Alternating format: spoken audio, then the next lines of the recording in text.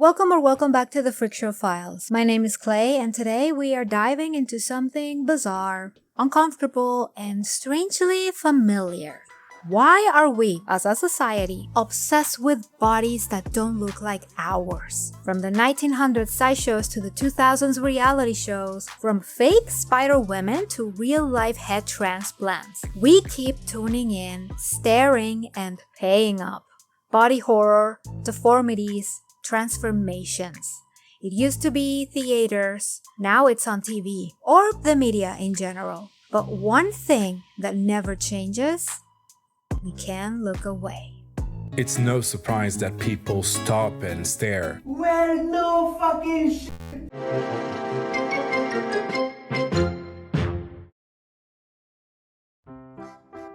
Let's rewind to the Freakshow era where it all began.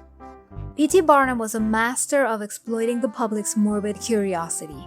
He learned how people are drawn to things that they cannot explain, causing a feeling of both fascination and repulsion. Every act was a mystery, and using over-the-top manipulation, the sideshows were sometimes viewed as not even human. Let's take Frogman as an example. Otis Jordan was born in 1926 with arthrogryposis multiplex congenital, meaning a permanent bend in the joints. He had to be carried everywhere because his body was that of a toddler but with a normal growing head. In 1963, a barker saw him and invited Jordan to work at the circus as a sideshow. Interestingly, Jordan will be on stage talking to the audience about his medical condition, explaining to them he had an actual medical issue. I don't know if the crowd was even hearing him or even believing what he was saying, but he gathered a sizable crowd, and he was a sideshow up until the 80s. And we have another example. Spider-Woman or Spidora. This is a fast one. The barker will claim this was a beautiful woman born with the body of a horrible spider, but in reality this was a poster of a big spider with a hole big enough for a woman's head to pop out of it. This was easily detectable, but still, people were fascinated by the fact this human could ever exist. Circuses and carnivals were making bank on these people. The fascination with these medical curiosities was essentially human exploitation. This reality highlights the blurred line between empathy and entertainment, and for money. The barker will use these people for money. The sideshows couldn't find another job, so they needed the money, and the audience was curious enough to pay money to see the sideshows. But this type of exploitation and sensationalism continues to thrive in today's society, only a little bit different.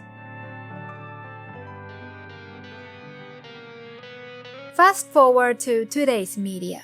The Russian head transplant was a media sensation involving two people. Sergio Canavero, an Italian neurosurgeon who was willing to make medical history, and Valery Spiridonov, a Russian man suffering from Wernig-Hoffman disease, meaning a neurodegenerative condition causing progressive muscle loss. Val would be matched with a suitable body donor, someone who is brain dead but with a healthy body. Val's head will be surgically removed and attached to the new body, his spinal cord fused to the donor's. Electricity would then be used to stimulate the new nerve connections. But things were not that simple. Joining spinal cords is not just sew and heal. It's probably impossible. I'm gonna say improbable right now.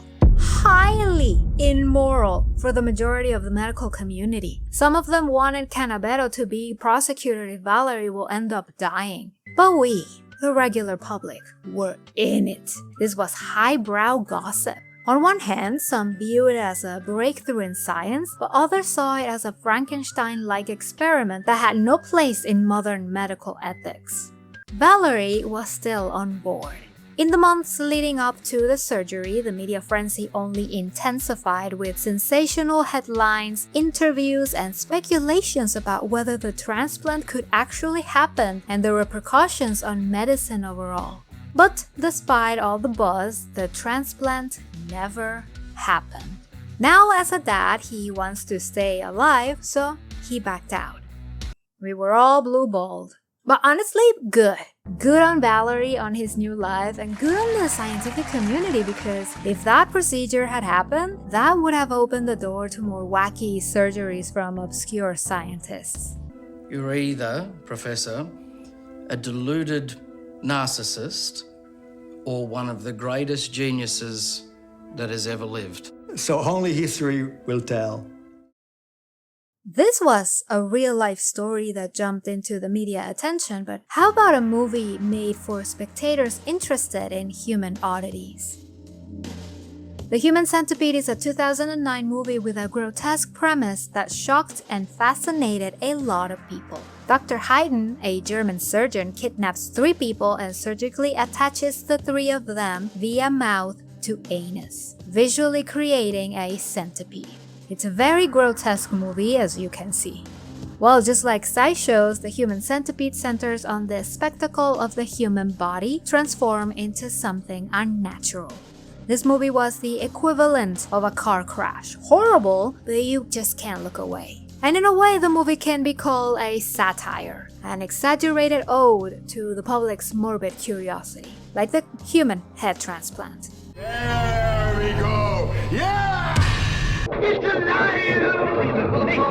In the name of God! Now I know what it feels like to be God! So what do I call you? Professor? Doctor? Frankenstein, of course. Are you happy for me to call you Frank? No, absolutely. Call me Frank. Absolutely.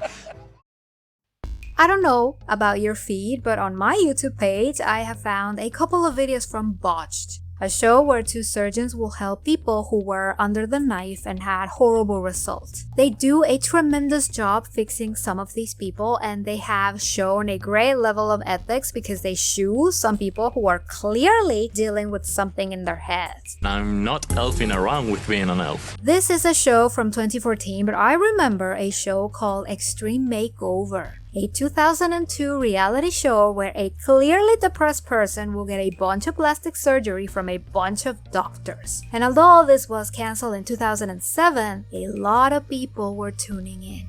And like any other show that gets great ratings, a copycat will appear.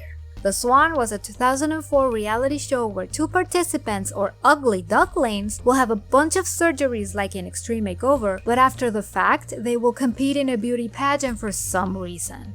The show was particularly horrible because the production will twist the contestants' family members' testimonials to appear the girls were truly unattractive to them.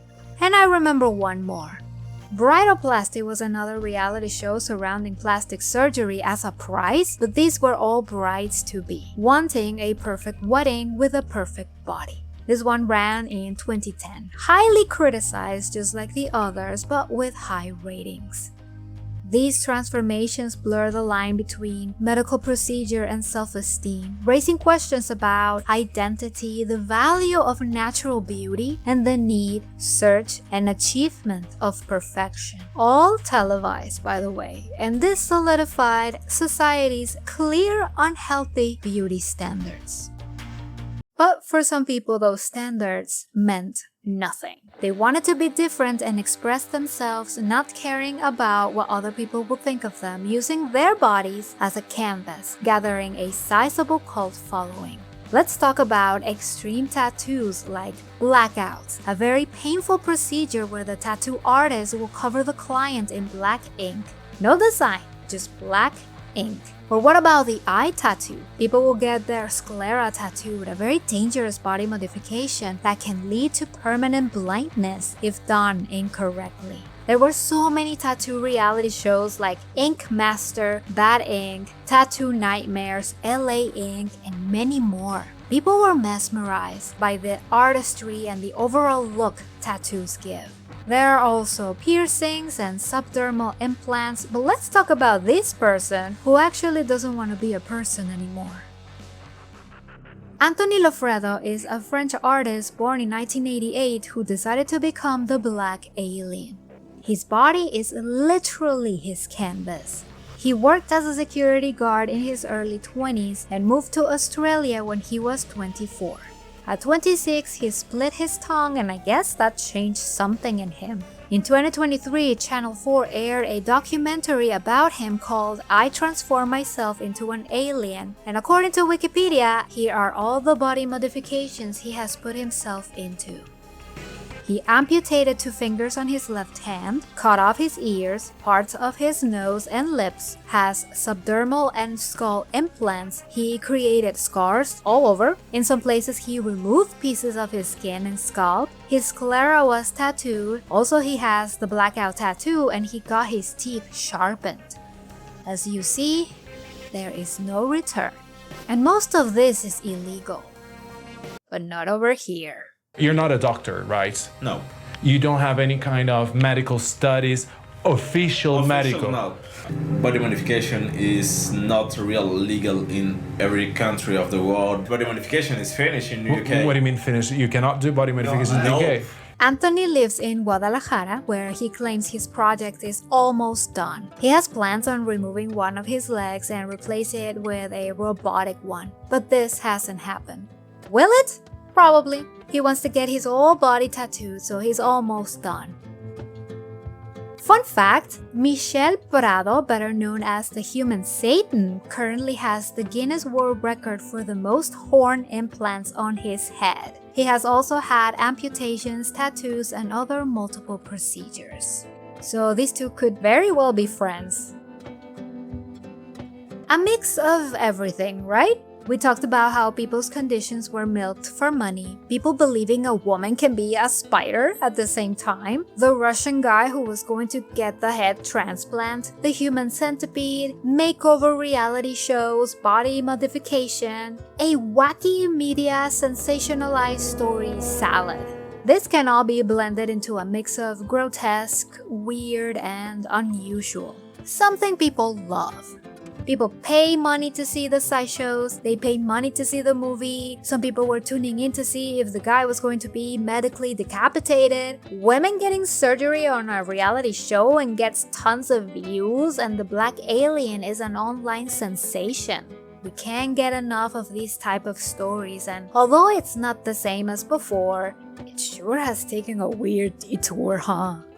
My question is, where does human dignity get a say in all of this? Not counting the people who purposely created themselves, like the tattoo people. In Extreme Makeover, The Swan, and Bridoplasty, these women were begging to be morphed into a perfect person following an unachievable beauty standard. What about the medical community? I said that it was a good thing Valerie's surgery never happened because it will have opened some doors that will remain closed. But on another hand, here we have Anthony, a man who completely changed his appearance to look like anything but human. He had to travel to other countries, but it happened and he is here, looking like that. Or all of those surgeons trying to change these people's bodies, but not a psychiatrist or therapist in sight.